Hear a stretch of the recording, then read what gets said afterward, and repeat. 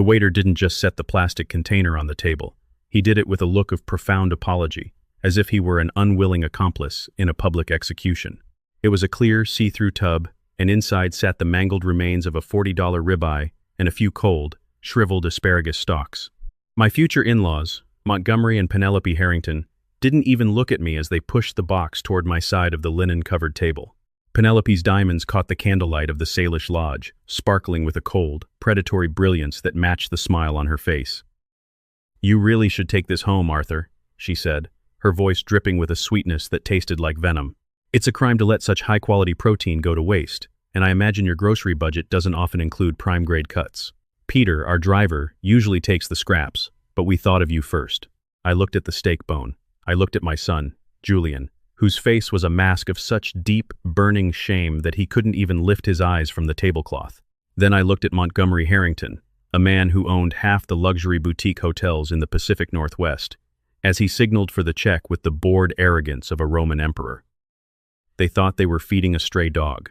They thought they were being charitable to the simple, retired maintenance man from the industrial docks of Seattle. What they didn't know, what even my own son didn't know, was that the scraps they were handing me were a joke, compared to the born mutarm, Hong Do La, that hit my bank account every single month. I sat there in my faded flannel shirt and my scuffed work boots, feeling the weight of the black titanium card tucked into my worn leather wallet, and I realized that the game had officially begun. I didn't know it yet, but within the hour, the Harringtons wouldn't just be losing their appetite, they would be losing their entire world. My life in Seattle had always been one of deliberate shadows. Every morning for the last 25 years, I woke up at Bourne, Ba Mui AM in a modest, two-bedroom house in the Ballard district. It's a neighborhood that used to belong to fishermen and dock workers, and I liked it that way. I brewed my coffee in a chipped ceramic pot, watched the fog roll off the Puget Sound, and drove a 20-year-old Ford F. Motrumnum Mui that squealed every time I turned the wheel. To my neighbors, I was Arthur Sterling, the quiet widower who spent his career fixing the electrical grids and maintaining the heavy machinery that kept the city's lights on. They saw a man who shopped at the local hardware store and wore clothes until the elbows gave out. What they didn't see was the man who stepped into a different reality once the sun went down. As the regional director for North Pacific Grid Solutions, I didn't just fix wires. I managed the energy infrastructure for 3 states. I was the ghost in the machine of the Pacific Northwest's power grid. My salary was a closely guarded secret, a mountain of wealth I'd built, not for the sake of luxury, but for the sake of security. After losing my wife Martha to a long illness that nearly drained us dry in the early years, I made a vow. I would never be vulnerable again. I would have everything, but I would show nothing. The trouble started when Julian called me on a Tuesday afternoon. Julian was my pride, a man who had earned his wings as a commercial pilot for a major airline. He was grounded, hard-working, and entirely oblivious to the fact that his father could buy the very hangar he parked his planes in. "Dad," he had said, his voice tight with a tension I hadn't heard since he was a teenager. "Beatrix's parents are in town. They want to do dinner at the Salish Lodge. They're a big deal, Dad." "Montgomery Harrington? He's the CEO of the Harrington Group. He's very particular about who Beatrix spends her time with. Could you maybe wear that suit I bought you for Christmas? And please, try not to talk too much about the docks." The hurt had been a sharp, sudden sting. My own son was embarrassed by the man he thought I was. He saw a blue-collar father who didn't fit into the high-gloss world of the Harrington dynasty. I told him I'd be there, and I'd be on my best behavior. But as I hung up the phone, a cold, calculated curiosity took root in my chest. I wanted to see exactly what kind of people my son was marrying into. I wanted to know if they loved Julian for his heart, or if they were merely tolerating him while looking down on his roots. I spent the next 3 days preparing. I didn't reach for my tailored Italian suits hidden in the back of my closet, or the Rolex I kept in a floor safe. Instead, I leaned into the persona. I wore my oldest work flannel, the one with the faint scent of diesel and hard labor. I left my hair slightly unkempt. I wanted to be the poor old man they expected. I wanted to be the invisible variable in their social equation. Because I've learned one thing for years of high-level business. You never truly know a person until they think they have nothing to gain from you. The drive to Snoqualmie was breathtaking, the falls thundering in the background as I pulled my rusted truck into the valet circle of the Salish Lodge. The valet looked at my vehicle as if it were a pile of trash that had somehow gained wheels. He hesitated to touch the door handle. I just smiled, handed him a crumpled $5 bill, and walked into the lobby. The lodge was a cathedral of wood and stone, smelling of expensive cedar and aged bourbon. Julian was waiting by the fireplace, looking sharp but profoundly uncomfortable. Beside him stood Beatrix, a beautiful girl with a kind smile that didn't quite reach her eyes when she saw me. And then there were the Harringtons. Montgomery was tall, silver-haired, and wore a suit that probably cost more than my first house. Penelope was draped in silk, her posture so rigid she looked like she'd been carved from ice. "Arthur," Montgomery said, extending a hand but pulling it back so quickly it was barely a touch. "Julian tells us you've spent your life in maintenance? Essential work, I'm sure. Keeps the world spinning for the rest of us." "It's honest work, Mr. Harrington," I replied, intentionally softening my voice, making myself sound a little more tired, a little more weathered. "I've spent a lot of time in the rain, making sure the power stays on." "How quaint," Penelope whispered, her eyes scanning my flannel shirt like a health inspector looking at a code violation. "Well, let's get to the table. I'm famished, and the tasting menu here is the only thing worth eating in this county." Dinner was a slow-motion car crash of condescension. For 2 hours, I sat in silence while Montgomery talked about his latest acquisition of a boutique resort in Sun Valley. He spoke over me, around me, and through me. When I tried to mention my interest in renewable energy, he laughed a short, barking sound. "Solar panels and wind? Leave that to the dreamers and the government subsidies, Arthur. Real men deal in land and luxury. You stick to your wrenches. I'll stick to the boardrooms." Beatrix laughed nervously, reaching for Julian's hand. "Dad, don't be like that. Arthur's very good at what he does." "I'm sure he is," Penelope interjected, dabbing her mouth with a silk napkin. "But success is a language, isn't it? Some people are born to speak it, and others, well, they're the audience." "We've been talking, Julian. We think that once you and Beatrix are married, it might be best if we set up a small trust for Arthur, something to ensure he doesn't have to worry about his utility bills in his golden years. It would be a burden on you, as a pilot, to have to look after a man with such limited means." Julian's face turned a deep, shameful crimson. "We don't need a trust, Penelope. My father is doing just fine." "Nonsense," Montgomery said, leaning forward. "We saw the truck he drove up in. It's a safety hazard. It's about optics, Julian. If you're going to be part of this family, your associations need to reflect our status. We're happy to help, of course. We're very charitable people." That was the moment they decided to pack up the leftovers. Penelope called the waiter over and made a grand spectacle of it, pointing at the scraps on their plates. "Make sure you get the bread rolls too," she told the waiter loudly. "Arthur can have them for breakfast. It's important to be frugal at his age." I sat there, the scraps sitting in front of me like a trophy of my supposed failure. I looked at the table, at the thousands of dollars of food they'd barely touched, and then at the waiter who was now returning with a black leather folder, the check. Montgomery didn't even look at it. He simply reached into his breast pocket, pulled out a gold-embossed credit card, and tucked it into the folder. "It's been an illuminating evening, Arthur," Montgomery said, standing up. "I think we understand each other now. We'll have our people contact you about that trust. We wouldn't want you struggling in that little house of yours." The waiter took the folder to the station. A minute passed, then 2. Montgomery began to frown, checking his Patek Philippe. The waiter returned, his face pale, his steps hesitant. He leaned in close to Montgomery, but in the silence of the dining room, his whisper was like a gunshot. "I'm terribly sorry, Mr. Harrington, but the card has been declined. Both of them." Montgomery's face went from pale to a mottled, ugly purple. "Declined? That's impossible. Try it again. It's a corporate account with the Harrington Group. We tried 3 times, sir. The system says the account has been frozen." Administrative hold. I felt a slow, cold smile spreading across my face. I reached into my pocket and pulled out my worn, battered wallet. As I felt the edges of my own card, I leaned forward, the smell of the leftover steak bone suddenly very sharp in the air. "Is there a problem, Montgomery?" I asked, my voice no longer tired, no longer humble. It would be a shame to leave a debt at a place with such high standards. I stood up, and for the first time that night, I let my shoulders back. I let the authority I'd wielded for 3 decades pour out of me. The Harringtons stared at me, frozen, as I reached for the check folder.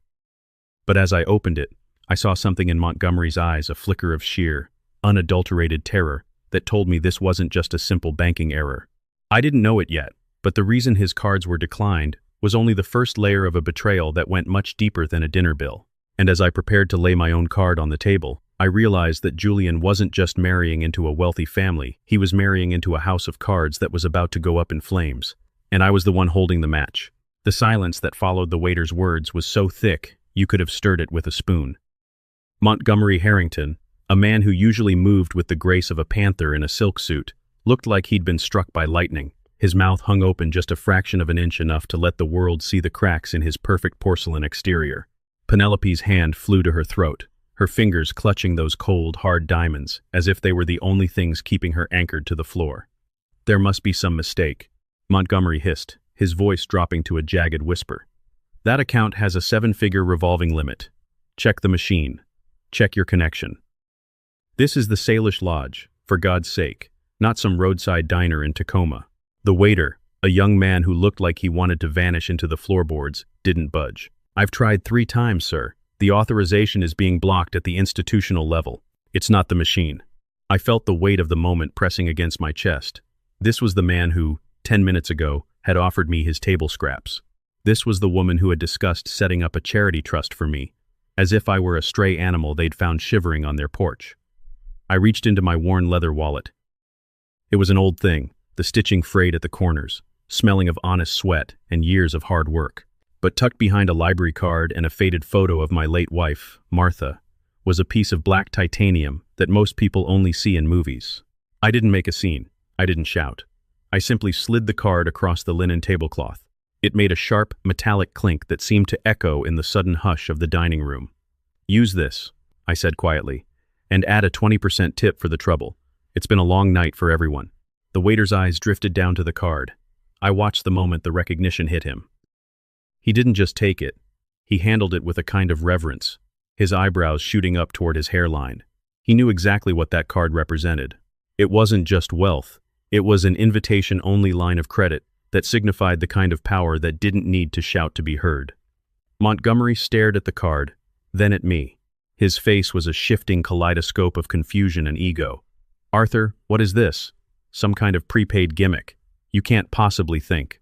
"The bill is settled, Montgomery," I interrupted, my voice steady and cold. "Let's not make a spectacle in front of the other guests. It's unbecoming of people with such high standards." Julian looked like he'd seen a ghost. His eyes moved from the card to my face, his mouth working but no sound coming out. He had spent his entire life believing his father was a man of modest means, a man who had struggled to put him through flight school, a man who lived on the edge of a pension. He didn't know that the reason I lived in that small house in Ballard wasn't because I had to, but because I chose to. The waiter returned moments later, bowing slightly as he handed the card back to me. "Thank you, Mr. Sterling. Everything is taken care of." I tucked the card away and stood up. The Harringtons remained seated, looking like 2 people who had just been told the earth was flat. I picked up the plastic container with the leftover ribeye. I looked Penelope right in the eye, and for the first time that night, she was the one who looked away. "I think I'll take that steak now," I said. "My neighbor's dog Barnaby loves a good bone, and honestly, he's got better manners than most people I've met lately." I walked out of the lodge, the cool snoqualmy air hitting my face like a benediction. Julian followed me out, his footsteps hurried on the gravel. Beatrix and her parents stayed inside, no doubt trying to figure out how the maintenance man had just paid a $2,000 dinner bill without blinking. "Dad, stop." Julian caught up to me by my truck. The valet was bringing the Ford F-Motrumnumwe around, the engine's familiar rattle sounding like a defiant roar in the sea of silent Teslas and Range Rovers. "What was that?" "That card. The waiter looked at you like you were the King of England. Where did you get that?" I leaned against the rusted door of my truck and looked at my son. "I raised you to be a good man, Julian. I raised you to believe that a man's worth is in his character, not his wallet. And for the most part, you are a good man. But tonight you let those people treat your father like garbage because you were afraid of their judgment. You were more worried about their boutique hotels than you were about the man who spent 20 years in the rain to make sure you never went hungry." I didn't know how to stop them, Dad. They're Beatrix's parents. They have everything. They have nothing, I said, the bitterness finally leaking into my tone. They have a brand. They have a facade. But they don't have the one thing that matters in this world. The truth. What truth?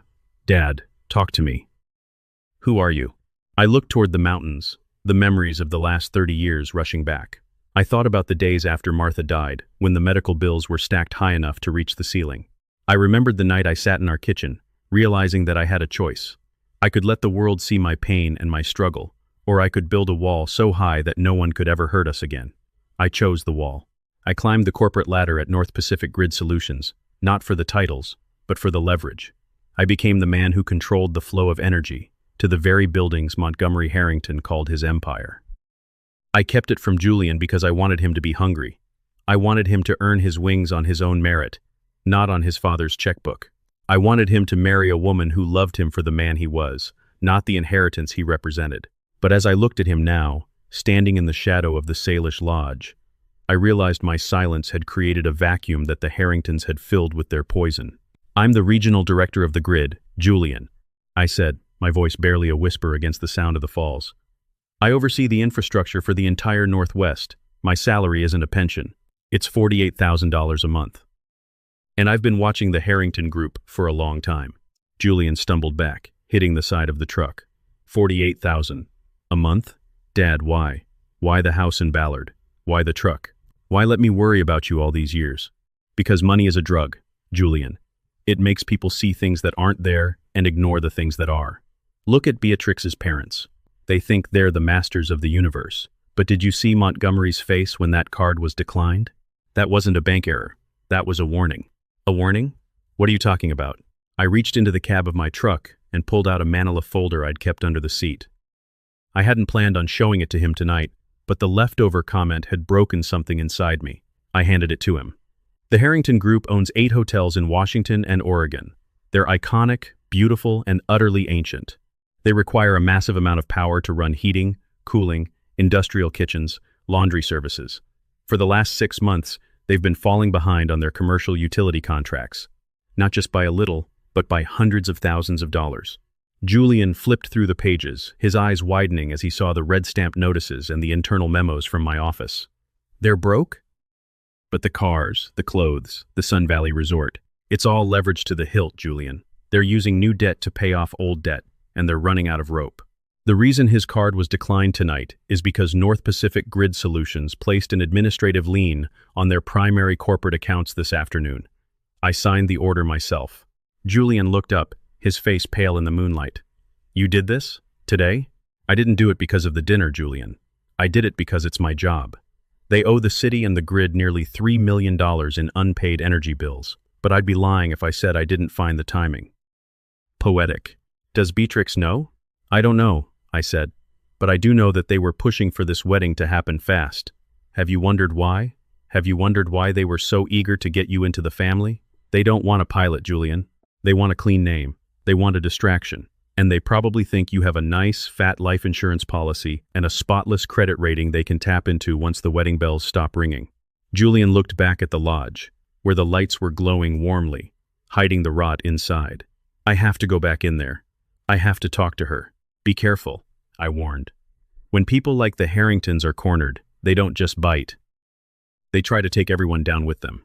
I watched my son walk back toward the entrance, his shoulders slumped, the folder clutched in his hand. I got into my truck and started the engine. I should have felt triumphant. I should have felt like I'd finally won. But as I pulled out of the driveway, I looked at the plastic tub of leftovers sitting on the passenger seat, and I felt a cold, sinking sensation in the pit of my stomach. I hadn't told Julian everything. I hadn't told him that during my research into the Harrington Group, I'd found a series of private transfers, large sums of money moving from their struggling hotel accounts into a private offshore fund. A fund registered in the name of Beatrix Harrington. My phone buzzed in the cup holder. It was a text from my lead auditor at the office.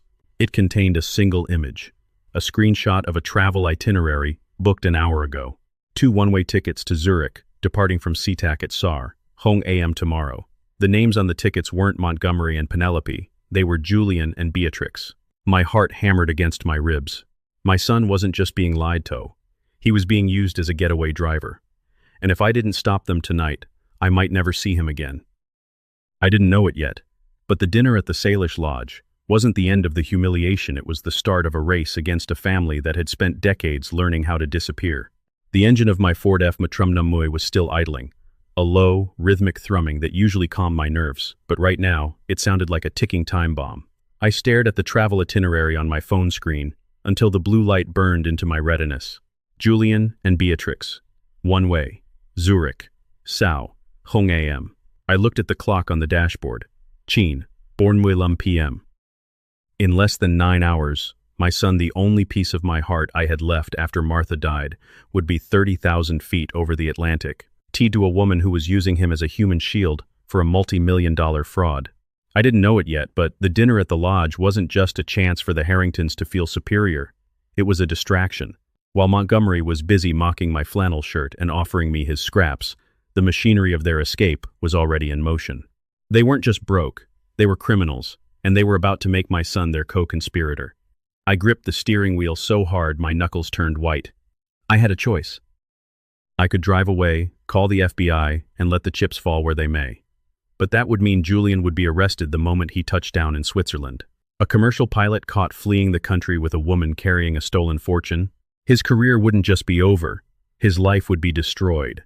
I put the truck in park and killed the engine. The silence of the Snoqualmie woods rushed in, broken only by the distant roar of the falls. I had to go back in, but I wasn't going back in as poor Pete the maintenance man.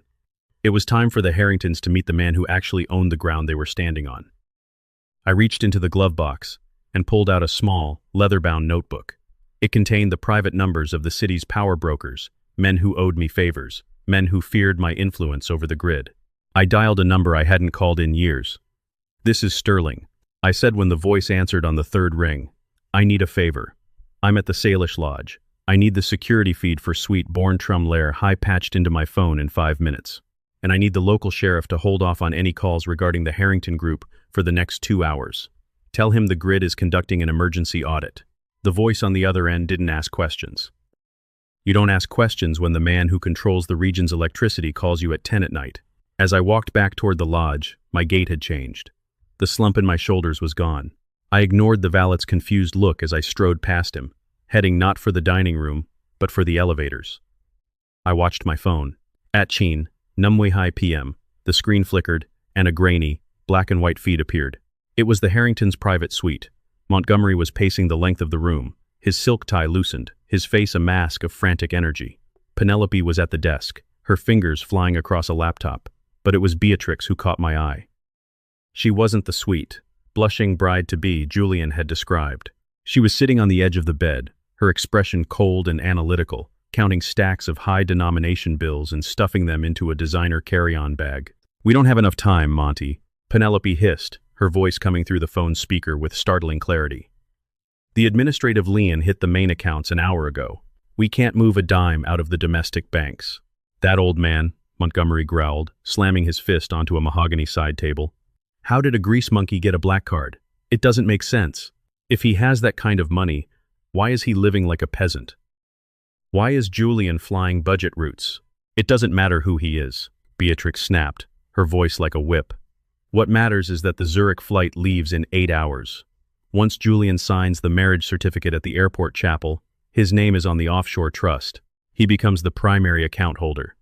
When the authorities track the money, they'll see a pilot with a clean record moving funds. They'll think he's the mastermind, and I'm just the grieving widow when he disappears in the Alps." I stopped dead in the hallway. My blood turned to ice. They weren't just using him for his name, they were planning to dispose of him. "Is the pilot ready?" Montgomery asked, stopping his pacing. "He's downstairs in the bar, nursing a drink and feeling guilty about his poor father," Beatrix said with a sickening smirk. "He's so easy to manipulate. He wants to save me from my family's stress. He thinks we're eloping to start a new life because I can't stand the pressure of the Harrington legacy. He'll do whatever I say."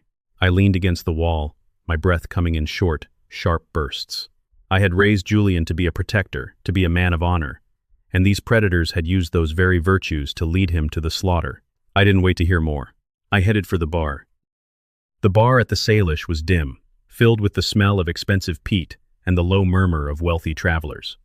Julian was tucked into a corner booth, staring into a glass of amber liquid. He looked small. He looked like the little boy who used to wait for me at the docks, holding his toy planes. I slid into the booth across from him.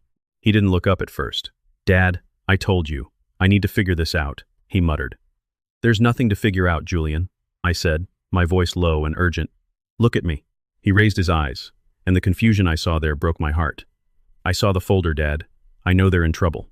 But Beatrix, she's scared. She says her parents are being investigated and she needs to get away before they drag her down. She wants to go to Switzerland, tonight. She says we can start over. She's lying to you, son. She's not escaping them. She's the one leading them. You don't know her. You've only met her a handful of times. I know her bank accounts, Julian. I know she has $4 million in an offshore fund that was drained from the Harrington Group's employee pension fund. And I know she just booked a one-way ticket for you to Zurich, where you're scheduled to sign a document that will make you legally responsible for every cent of that stolen money. Julian shook his head, a desperate laugh escaping his lips. No, she loves me. We're getting married at the airport. It's romantic, Dad. It's us against the world. It's you against a prison sentence, Julian. I leaned across the table, my shadow falling over him. I just watched her on a security feed. She's upstairs right now, stuffing cash into a bag while her father talks about how easy you are to manipulate. They're planning to make you the fall guy. And once you're in Zurich, once the money is cleared, she doesn't plan on you coming back. The color drained from Julian's face, leaving him a ghostly shade of gray. A security feed? Dad, how are you doing this? How do you have access to... I told you, Julian. I control the grid. And when you control the power, you control the secrets. I handed him my phone, the live feed still running. He watched in silence as Beatrix zipped up the bag, then turned to her mother and shared a celebratory toast. He watched her lips move as she said his name, followed by a laugh that was devoid of any affection. I saw the moment the light went out in my son's eyes.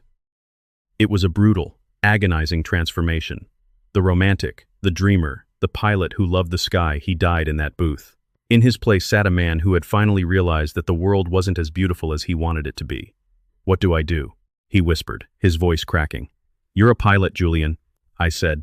A plan forming in my mind, a plan that would require every bit of my influence and every bit of his skill. You know how to handle a crisis in the air. This is no different. We're going to let them think they're winning. We're going to let them get to the airport. But the flight is at Sao.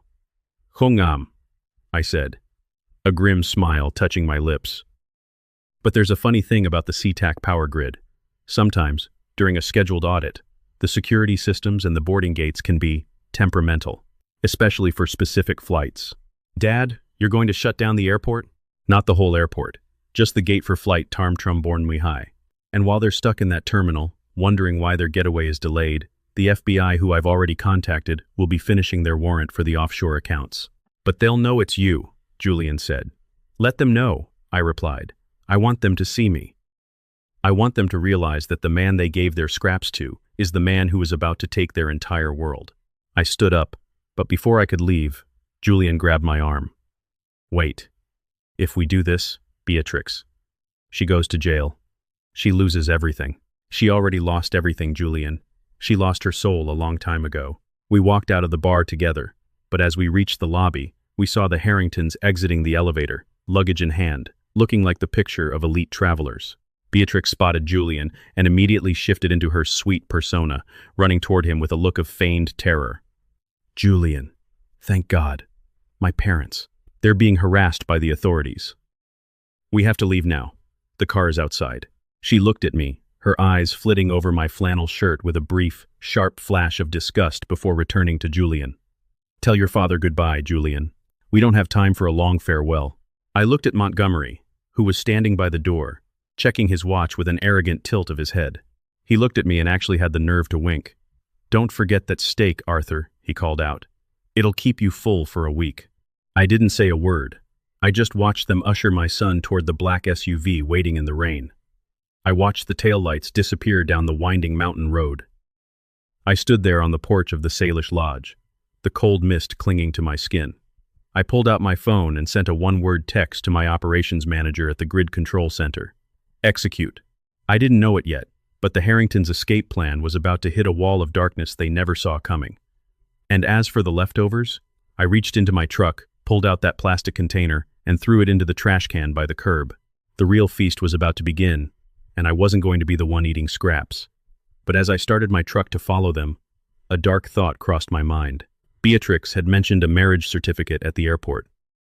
I realized with a jolt of horror that I hadn't checked the one thing that mattered most. Had Julian already signed something back in Seattle? I hit the gas, my heart hammering. If he had already put pen to paper, the trap wasn't just set, it had already snapped shut. The rain wasn't just falling. It was a rhythmic, relentless assault against the cracked windshield of my old Ford. On the I-9 South, the taillights of the Harrington's black Navigator were two red eyes mocking me through the mist. They were driving fast, weaving through the late-night traffic with the desperate confidence of people who thought they were outrunning their sins. I stayed 3 cars back, my hands gripping the steering wheel so hard the old leather groaned. My mind was a storm of its own, racing through every legal loophole and corporate bypass I'd learned in 30 years. I'd spent my life being the invisible man, the guy who made sure the lights stayed on and the world didn't grind to a halt. But as I watched that SUV disappear into the gloom toward Tukwila, I realized that being invisible was a double-edged sword. It had allowed me to build an empire, but it had also left my son vulnerable to the kind of predators who hunt in high-gloss boardrooms. I had a daughter-in-law-to-be who looked at my son and saw a signature on a bankruptcy filing, and a future in-law who thought my life's work was worth a doggy bag. I didn't know it yet, but the trap they'd set for Julian was deeper than just a plane ticket to Zurich. My phone buzzed on the seat next to me. It was Harrison Vance, my lead counsel at North Pacific. Harrison was a man of old money and sharp edges, the kind of lawyer you hire when you need to bury someone in paperwork they can never dig out of. Arthur, Harrison's voice was crisp, cutting through the static of the truck's Bluetooth. I dug into the filings for the Harrington Group's private trust. It's worse than we thought. They didn't just book a flight. They've filed an emergency petition for an expedited marriage license at the King County Airport Chapel. But here's the kicker. Attached to that license is a series of merger documents. If Julian signs that marriage register, he isn't just signing a marriage certificate. He's signing a full indemnification agreement for the Harrington Group's offshore debts. He's literally marrying their fraud. The air in the cab felt thin. Can we block the filing? Not from here. It's an automated system for expedited unions. But Arthur, there's a second document, a power of attorney. If he signs it, Beatrix gains the right to move any assets in his name, including his pilot's pension and any future inheritance. They aren't just making him the fall guy, they're cleaning him out before they dump him. How long do we have? I asked, my voice sounding like gravel. If they're headed to SeaTac, they'll hit the chapel by moat. Bamui AM. Once that pen hits the paper, it's a civil matter, and it'll take us years to untangle. The FBI can't move until the fraud is completed by the transfer of funds, which happens the moment they land in Zurich. You have to stop him from signing, Arthur. I hung up and hit the gas. The Ford's engine roared in protest, a symphony of metal and fire that finally pushed me past a sleek Mercedes that probably cost more than my entire Ballard house. I didn't care about the speed traps. I didn't care about the optics anymore. I was a father, and my son was walking into a buzzsaw. As I approached the airport, I saw the Navigator pull into the premium valet at the South Terminal. I didn't follow them there. Instead, I veered off toward the utility entrance near the cargo hangars. I knew the layout of SeaTac like the back of my hand. Every transformer, every junction box, every fiber optic line that fed the security gates and the terminal lights was under my jurisdiction. I pulled up to a nondescript gate, marked, Authorized Personnel Only, Grid Management.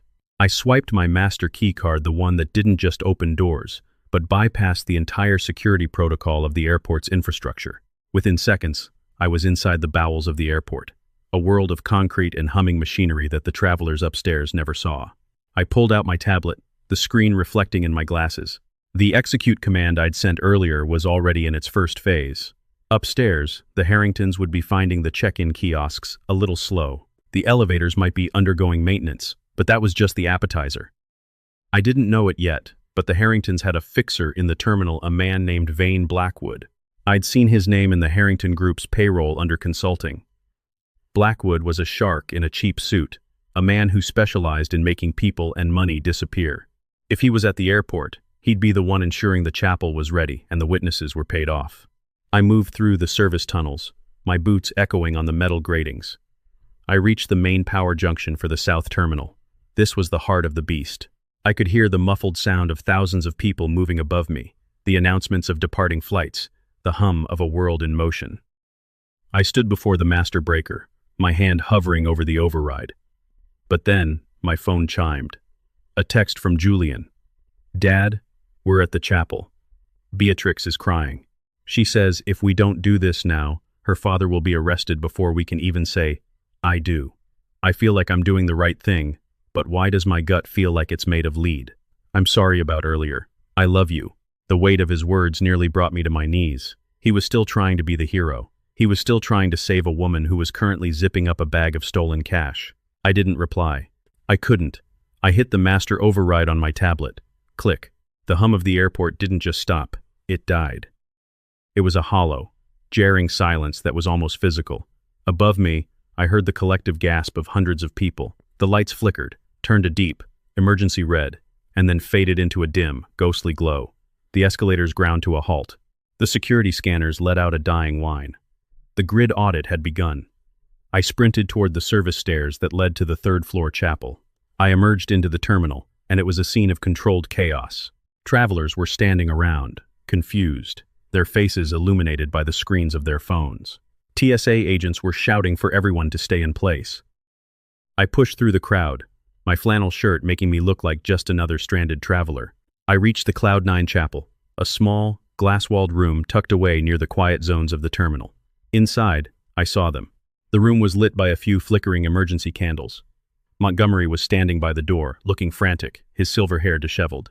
Penelope was clutching her pearls, her eyes darting around the darkened terminal. And there, at the altar, was Julian. He was holding a pen. Beatrix was draped over his arm, her face buried in his shoulder, her body shaking with what looked like sobs. But from my angle, I could see her eyes. They weren't wet. They were sharp, focused on the document lying on the podium. Beside them stood a man in a dark trench coat Vane Blackwood. He was holding the marriage register open, his finger pointing at the signature line. "The power's out, we have to move." Blackwood's voice was a low growl. "Sign it, Julian. The witnesses are here. Once you sign, we can get you through the private bypass to the gate. The plane has its own auxiliary power. It'll take off regardless of the terminal's grid." Julian hesitated. He looked at the pen, then at the document. "Beatrix, I don't even know what this second page is." "Indemnification of corporate liability? It's just family paperwork, honey," Beatrix whispered, her voice a perfect imitation of a frightened girl. "It's so my father's legal troubles don't affect our life in Switzerland. It's to protect us. Please, Julian. Do you love me?" Montgomery stepped forward, his voice booming in the quiet chapel. "Sign the damn paper, Julian. We don't have time. Salary a philosophy lesson. My daughter's future is in your hands." I stepped into the doorway of the chapel. "Put the pen down, Julian." Everyone froze. Montgomery spun around, his face contorting with a mixture of rage and disbelief. "Arthur? How the hell did you get past security?" "This is a private ceremony. Security is currently having a very difficult time with their electronic locks," I said, walking slowly into the room. My voice was calm, the voice of a man who had already won. "And as for the private ceremony, I think the FBI might want an invitation." Beatrix stood up straight, her crying act vanishing instantly. Her eyes turned to ice. "Julian, ignore him. He's a bitter old man who wants to keep you trapped in his pathetic, small life. Sign it. Now." "Julian," I said, ignoring her. "Look at the man in the trench coat. That's Vane Blackwood. He's not a minister, and he's not a witness. He's a specialist in asset liquidation. Ask him what happened to the last pilot who signed a Harrington merger document." Blackwood shifted his weight, his hand moving toward his pocket. I didn't flinch. "I wouldn't do that, Vane. The emergency cameras in this chapel are on a dedicated fiber line. They're still recording, even if the lights are out. And I have 3 federal agents currently navigating the service tunnels. They'll be here in exactly 90 seconds. Montgomery stepped toward me, his fists clenched. "You ruined us at dinner. You blocked our accounts. What do you want, you arrogant piece of—" "I want my son," I said, my voice dropping to a dangerous level. "And I want you to know that the scraps you offered me, they were more than you'll have by sunrise. Because while you were driving here, North Pacific Grid Solutions executed a total foreclosure on every one of your 8 hotels. You don't own the Salish Lodge anymore, Montgomery. You don't even own the suit you're wearing. It was purchased with a corporate credit line that I just terminated." Julian looked at the document, then at Beatrix. He finally saw it, the hunger in her eyes, the way she was looking at the pen as if it were a life raft and he were just the wood it was made of. He dropped the pen. It clattered on the floor, the sound echoing like a gavel. "Julian, no." Beatrix lunged for the pen, but Julian stepped back, his face hard. "He's right, isn't he?" Julian's voice was steady, the voice of a man who had finally found his altitude. "You weren't saving me. You were burying me." "We're leaving," Montgomery hissed, grabbing Beatrix's arm. "Blackwood, get the bags. We'll take the private charter from the north hangar. We don't need the pilot." They turned to leave, pushing past me. Montgomery stopped for a second, his face inches from mine. You think you've won, Sterling? We have $4 million in Zurich. We'll be halfway to the Alps before your federal friends even find the stairs. Actually, Montgomery, I said, checking my watch, there's one more thing you should know about the grid. What's that? He sneered. When the power goes out at SeaTac during an emergency audit, the automated luggage carousels and the security vaults in the premium lounge lock down with a mechanical deadbolt. It requires a manual key to open, a key that only the regional director carries. I pulled a heavy brass key from my pocket and held it up. The bag of cash Beatrix was stuffing at the lodge, the one she checked into the premium locker 10 minutes ago, it's not going anywhere. And neither are you. The blood drained from Montgomery's face. He looked at Beatrix, then back at me. In the distance, the sound of heavy boots and barking orders began to fill the terminal. The red emergency lights cast long, flickering shadows against the glass walls of the chapel. You're a monster, Penelope whispered, her voice trembling. No, I replied. I'm a man who worked for everything he has. You're just people who thought you could steal the light because you were too lazy to build your own fire. I looked at Julian. He was standing by the altar, looking at the dark terminal, his world forever changed. I wanted to go to him, to tell him it was over. But as the first flashlights of the federal team hit the glass walls, I saw Vane Blackwood slip through a side door that led straight to the tarmac. And he wasn't empty-handed. He had grabbed Julian's flight bag, the one containing his pilot's credentials and his private logbook. Blackwood, I shouted, but he was gone, disappearing into the dark maw of the airport's service exits. I didn't know it yet, but the Harringtons weren't the only ones with a backup plan. And as the FBI swarmed the chapel to arrest Montgomery and Penelope, I realized that the real danger hadn't been the marriage. It was the man who was now heading for a plane with my son's identity in his pocket. I looked at Julian. Stay with the agents. I have to go. Dad, where are you going? To finish this, I said, heading for the service door. I had the power to shut down the airport, but Blackwood had the one thing I couldn't replace. And if he reached that private charter, my son's name would be flying into a criminal record that would last a lifetime. The chase wasn't over. It was just moving to the runway. The service door slammed shut behind me, cutting off the shouts of the federal agents and the frantic, high-pitched sobbing of Beatrix Harrington. I was alone in the stairwell, the air tasting of damp concrete and the sharp, metallic tang of industrial ozone. The emergency lights pulsed a rhythmic, sickly red, making the shadows dance like ghosts against the walls. I didn't know it yet, but the next 10 minutes would determine whether my son would ever fly a plane again, or if his name would be etched into the no-fly list of a dozen international intelligence agencies. I was 64 years old, and my knees reminded me of every mile I'd walked on the Seattle docks as I took the stairs 2 at a time. But the adrenaline was a cold, clean fire in my veins. Vane Blackwood wasn't just a fixer. He was a scavenger, a man who lived off the marrow of dying legacies. He had Julian's flight bag, and in that bag was more than just a pilot's license.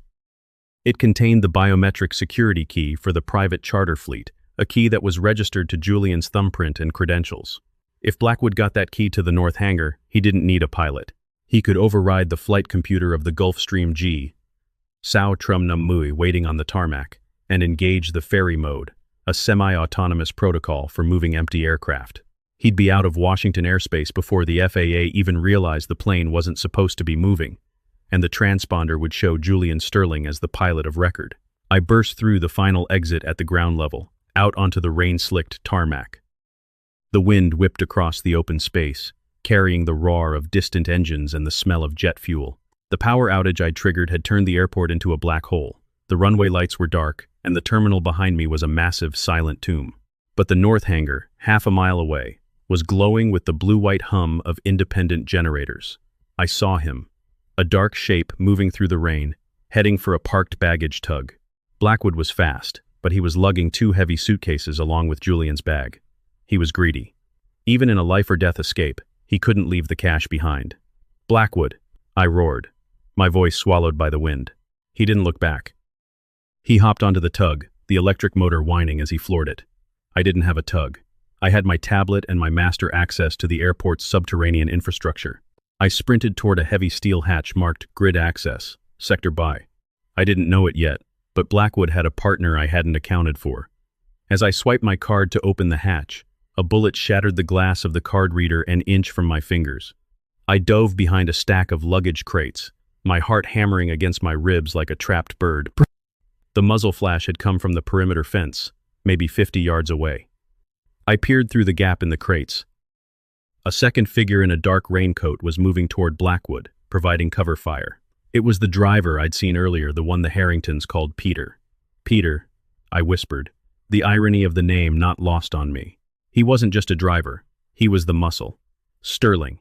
Blackwood's voice carried over the wind, taunting and jagged. Stay in your hole, old man. You've got the parents, you've got the girl, let the rest of us go. You've already won the moral high ground. Isn't that what people like you live for? I don't care about the ground, Vane, I shouted back, checking the status of the north hangar on my tablet. I care about the name in that bag. The name is the only thing that's going to get me past the border. Blackwood yelled. I heard the tug accelerating. I had to move. I couldn't outrun a tug, and I couldn't outshoot a professional with a handgun. But I was the regional director of the grid, and the ground we were standing on was a motherboard. I knew how to rewrite. I opened the emergency maintenance app on my tablet. Each hangar at SeaTac sat on a series of hydraulic leveling pads, massive pistons designed to compensate for the shifting soil of the Puget Sound region. They were powered by a dedicated high-pressure line that I controlled from my office. I found the coordinates for the North Hangar's taxiway. I didn't shut the power off this time. I turned it up. I bypassed the safety limiters on the hydraulic pumps.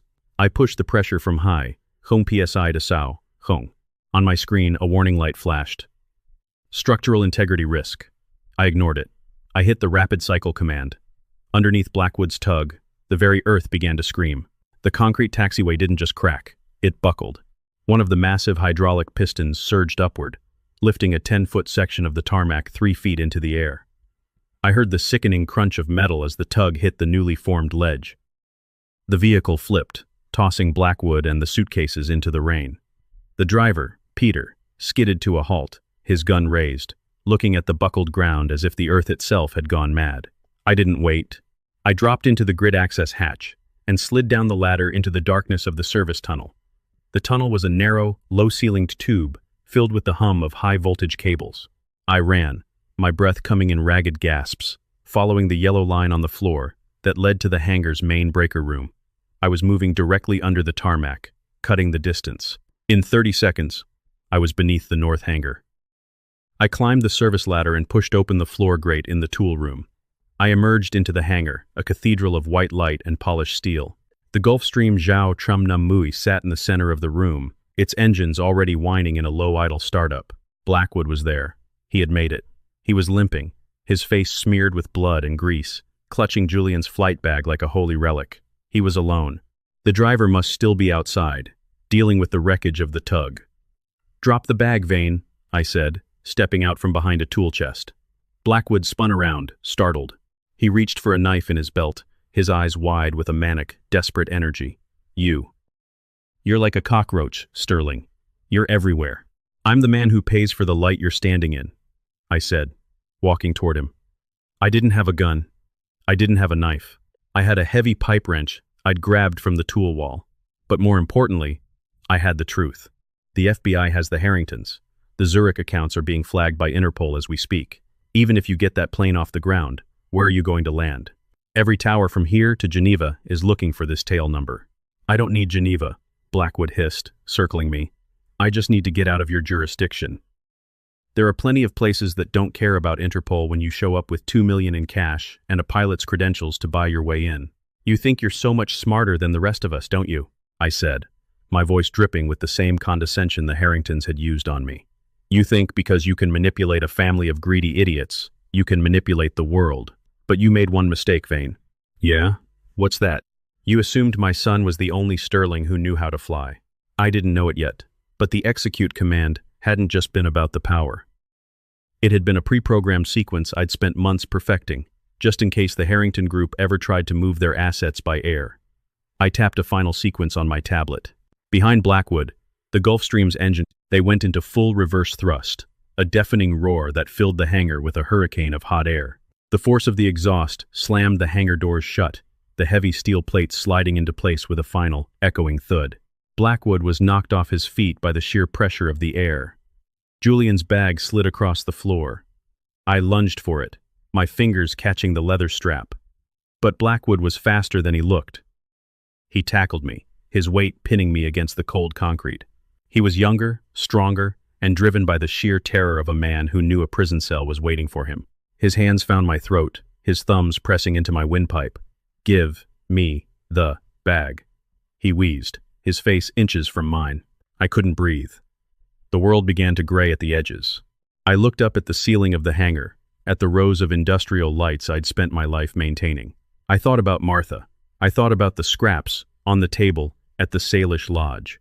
I thought about my son's face when he realized his life was a lie. I reached up, not for Blackwood's face, but for the tablet that had fallen next to my hand. I didn't need to see the screen.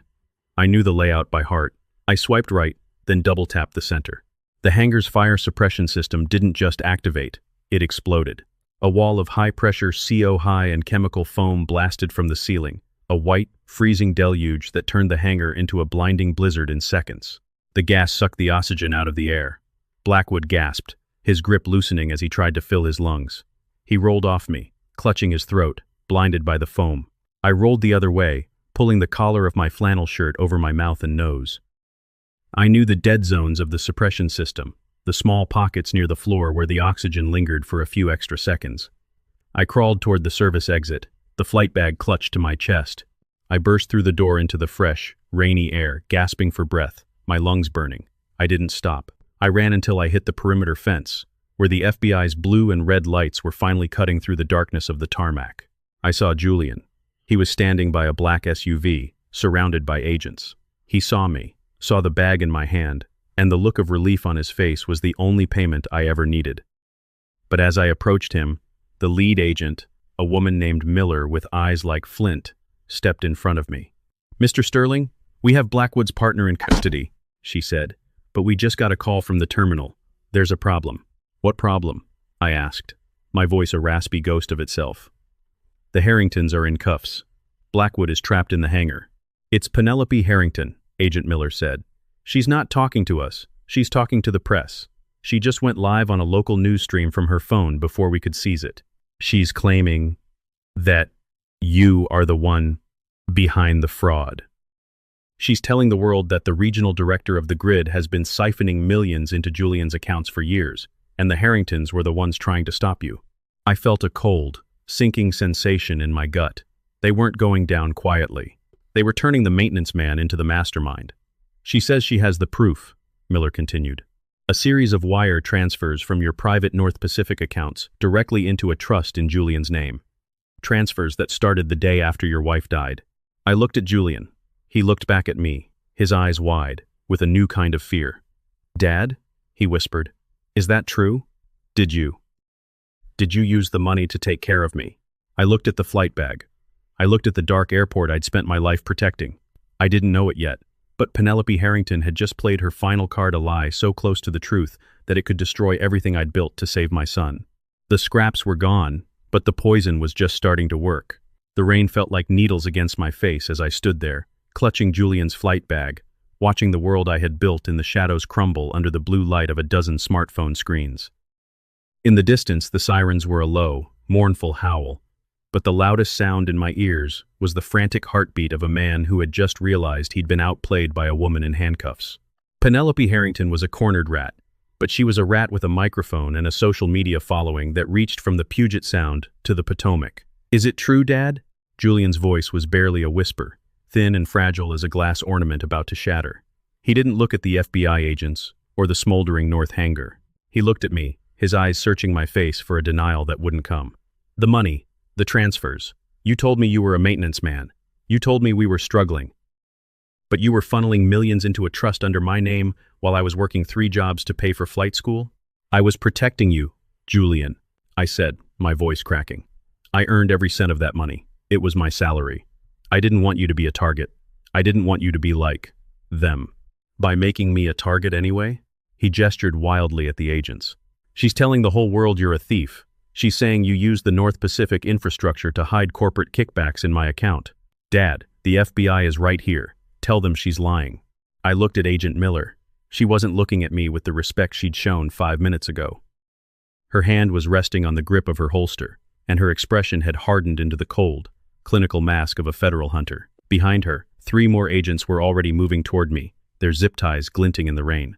"Arthur Sterling," Miller said, her voice echoing across the tarmac. "We have a warrant to seize all digital devices and financial records associated with the North Pacific Grid Solutions Regional Office, and I'm going to need you to come with us for questioning. Your son, too." I didn't know it yet, but the Harringtons hadn't just made a desperate accusation. They had planted a digital Trojan horse. While I was busy playing the hero on the tarmac, Penelope's proof, a carefully curated set of doctored emails and ledger entries, was being downloaded by every major news outlet in the Pacific Northwest. By the time I reached the black SUV, my face wasn't just the face of a regional director. It was the face of the biggest energy scandal in Seattle history. They took us to a secure holding facility near the airport, a place of white tiles and buzzing fluorescent lights that felt like a sensory deprivation chamber. They separated us immediately. I could hear Julian shouting for me in the hallway, his voice echoing until a heavy steel door slammed shut, leaving me in a silence that felt heavier than the concrete walls. I sat in that room for 4 hours. No phone, no lawyer, just me and the plastic container of water they'd left on the table. My mind was a fever of calculations. Penelope was smart, but she wasn't a coder. She couldn't have doctored those North Pacific ledgers alone. The grid's security was my pride and joy, an impenetrable fortress of encrypted data. To plant proof of embezzlement, someone had to have given her a key, someone from the inside. The door opened, and Harrison Vance walked in. My lead counsel looked like he hadn't slept in a week, his tailored suit wrinkled, his silk tie loosened at the collar. He didn't say a word, he just slid a tablet across the table. "It's a bloodbath, Arthur," Harrison whispered. "The board of North Pacific met in an emergency session 20 minutes ago. They've terminated your contract for moral turpitude and financial irregularities. They're cooperating fully with the DOJ. They've frozen your personal accounts, your pension, everything. They can't do that without an audit," I snapped, the old fire returning to my chest. "They have the audit, Arthur. Or at least, the one Penelope gave them. It shows 48 private transfers over the last 5 years, totaling high-fur $10 million. All of them originated from a discretionary maintenance fund you personally authorized. That fund was for emergency repairs on the Olympic Peninsula grid. Maybe. But the digital signature on those transfers isn't yours, Arthur. It's Julian's." I felt the air leave my lungs. Julian. They hadn't just framed me. They had used my son's private credentials, the ones Vane Blackwood had stolen in that flight bag, to retroactively authorize the theft.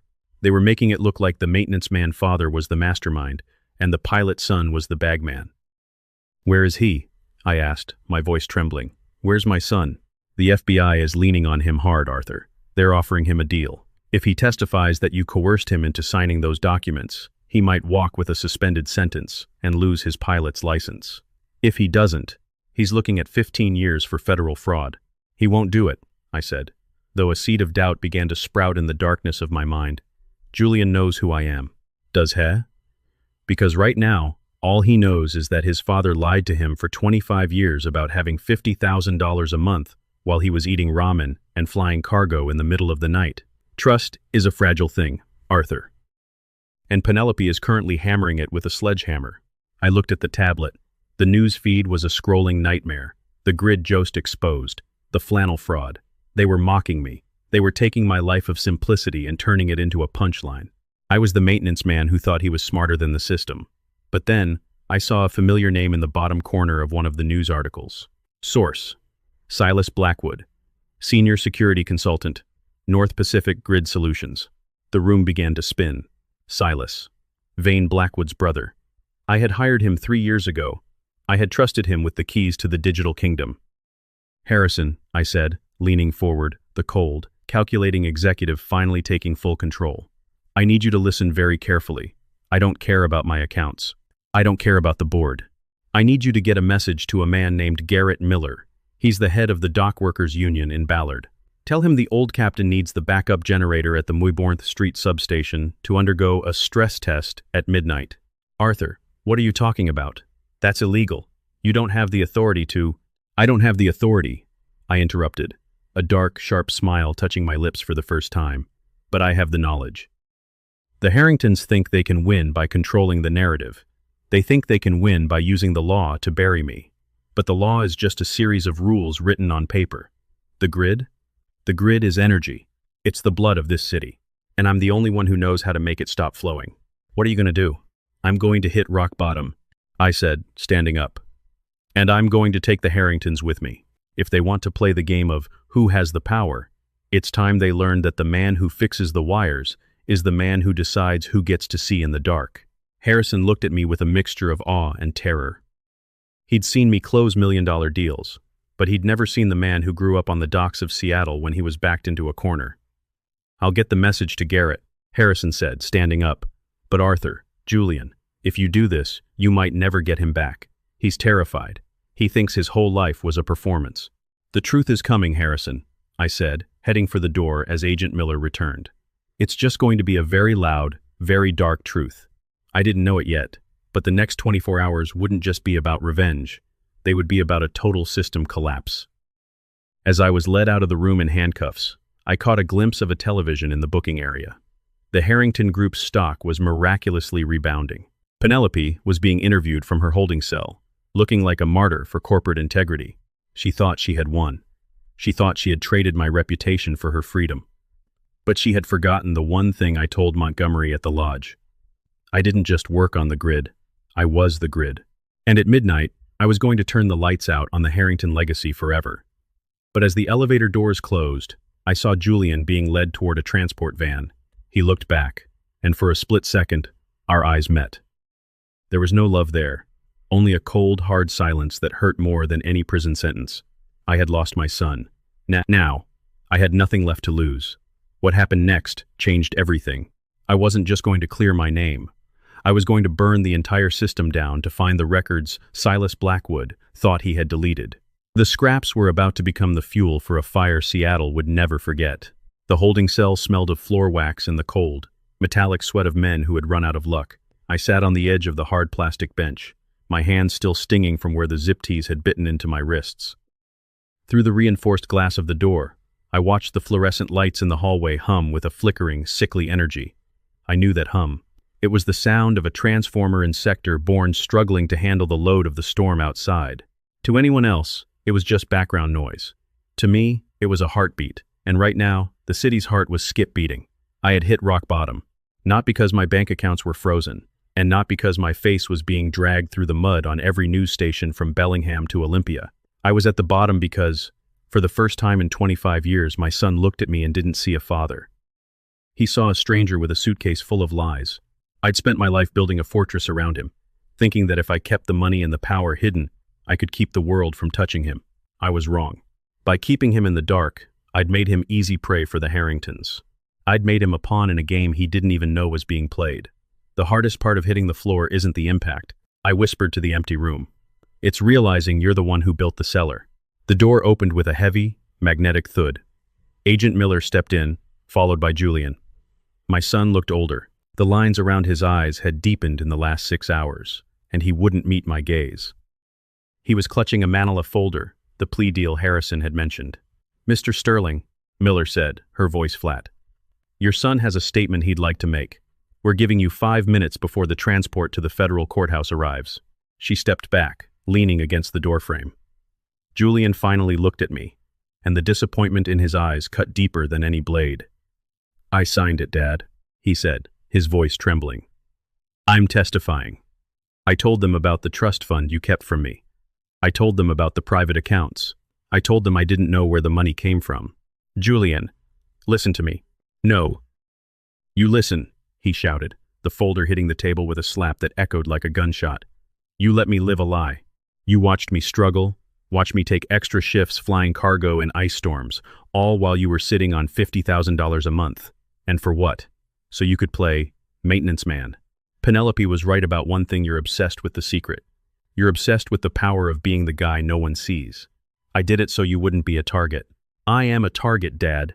I'm the guy the FBI thinks helped you steal $3 million. They think I'm your accomplice. The only way I keep my wings, the only way I don't go to prison, is if I tell them you forced me to sign those flight bags. I looked at my son, and for a moment, I saw the man the Harringtons wanted him to be: broken, compliant, and willing to sacrifice his family for his own survival. I realized then that I couldn't save him with words. I couldn't talk him out of this. I had to show him the grid. I looked at the clock on the wall. Muimot, Numui Tarm PM. Julian, I said, my voice dropping to a low, authoritative calm. I want you to look at the lights in this room. What? Just look at them.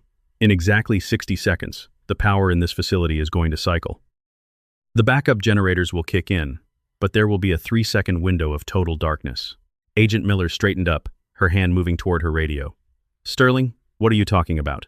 In that 3 seconds, I continued, staring directly into my son's eyes. I want you to remember the night we spent on the docks when you were 6. The night the transformer blew and the whole harbor went black. What did I tell you then? Julian froze. I saw the memory flickering behind his eyes, the smell of salt air, the sound of the waves, and his father's hand on his shoulder in the dark. You said the darkness is where the truth hides, he whispered. Exactly, I said. And tonight, the truth is about to come out. Because I didn't just authorize those transfers, Julian. I didn't sign those papers. And neither did you. We have the digital signatures, Arthur. Miller snapped, her radio crackling. They're verified. They're verified by Silas Blackwood, I said, leaning back as the clock hit muy mot, num muy chin. A man who worked for me. A man who thought he could hide a backdoor in my system. But he forgot one thing. I'm the one who laid the cables. I'm the one who knows where the dead drops are. Outside, in the heart of Seattle, Garrett Miller and the dock workers were at the Muy Bornth Street substation. They were opening the floodgates. Not for water, but for a surge of raw, unbridled electricity. Muy high, Hong AM.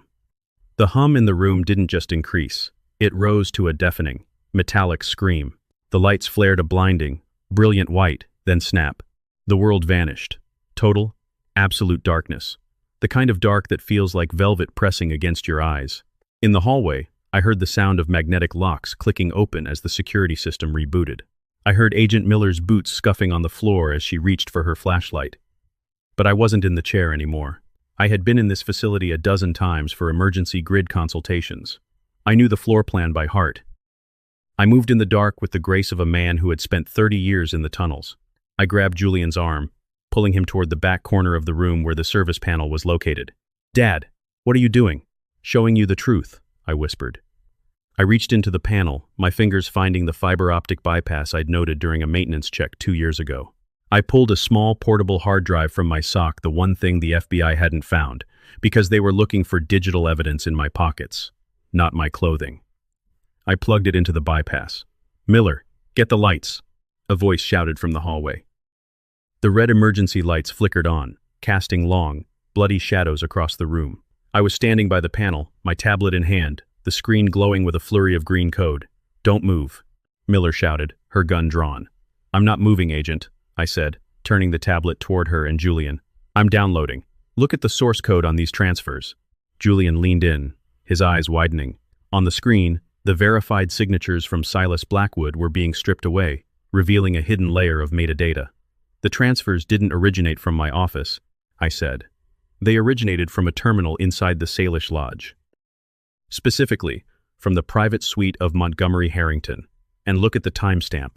They were executed while we were eating dinner. The silence that followed was different this time. It wasn't the silence of shame.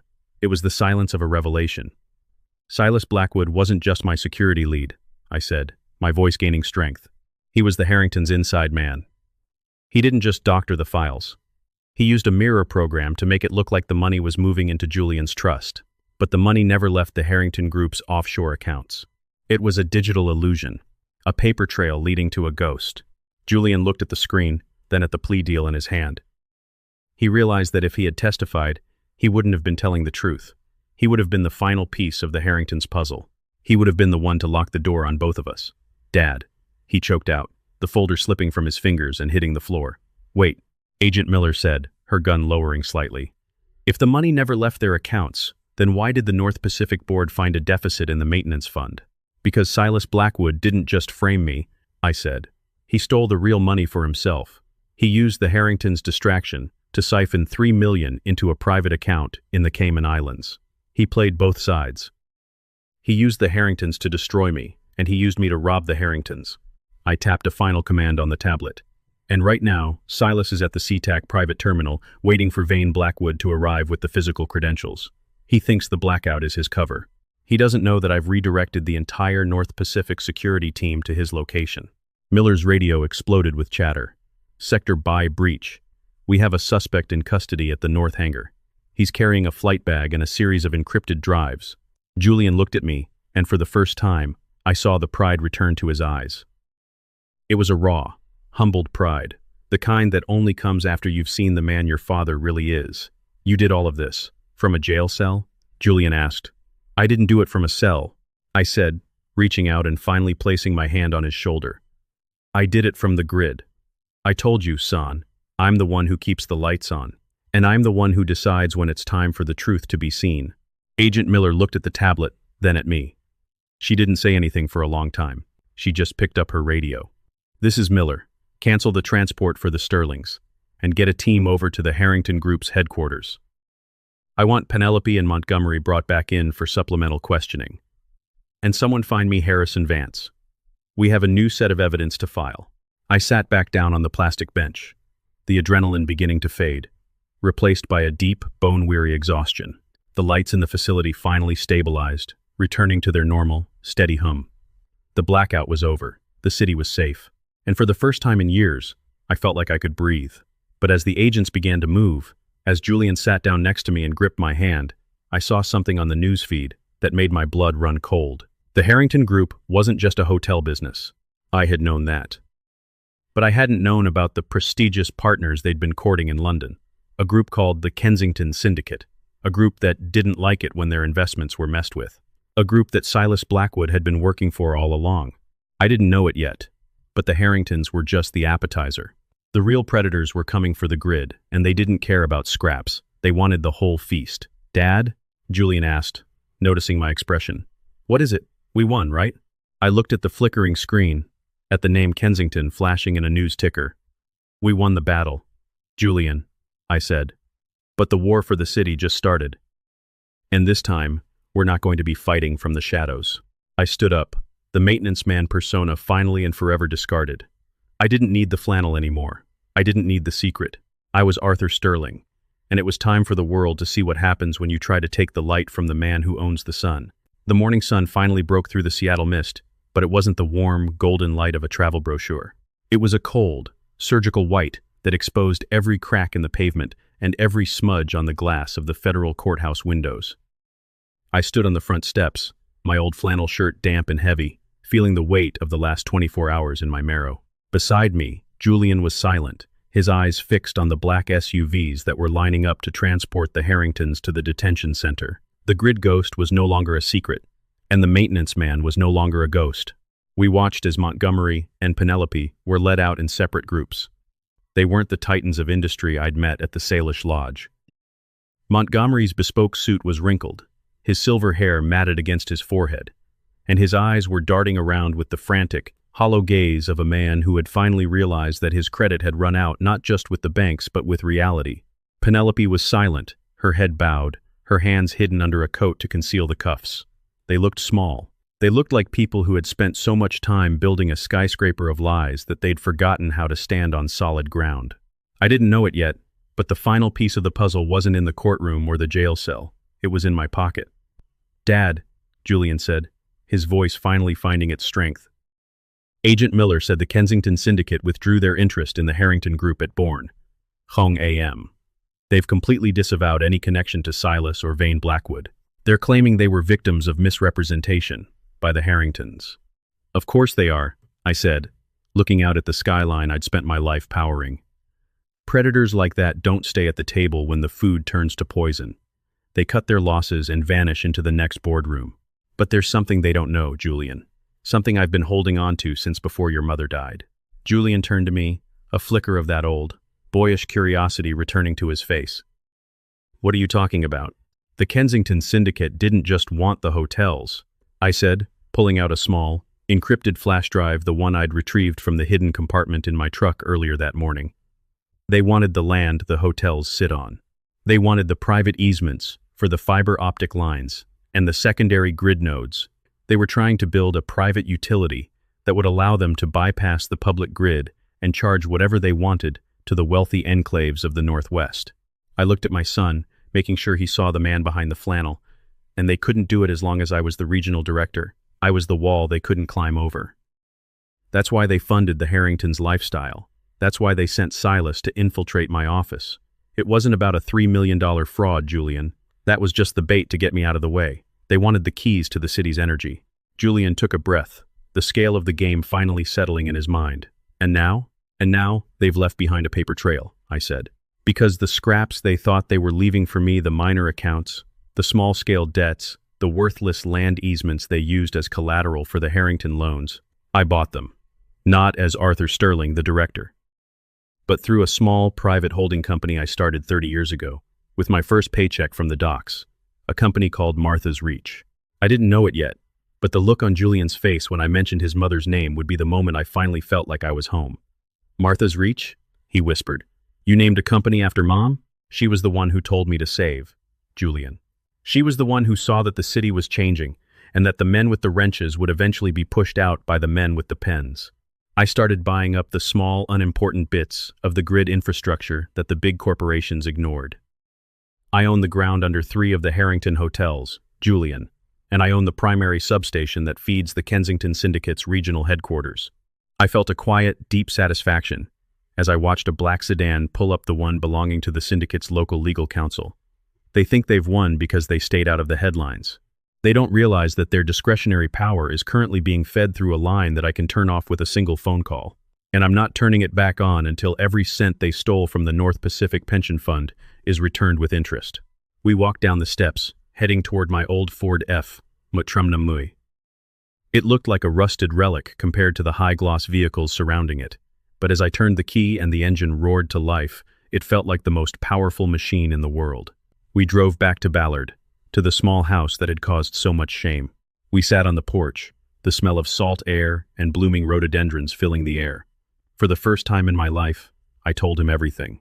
I told him about the nights I'd spent in the rain, not because I had to, but because I wanted to understand how the city worked.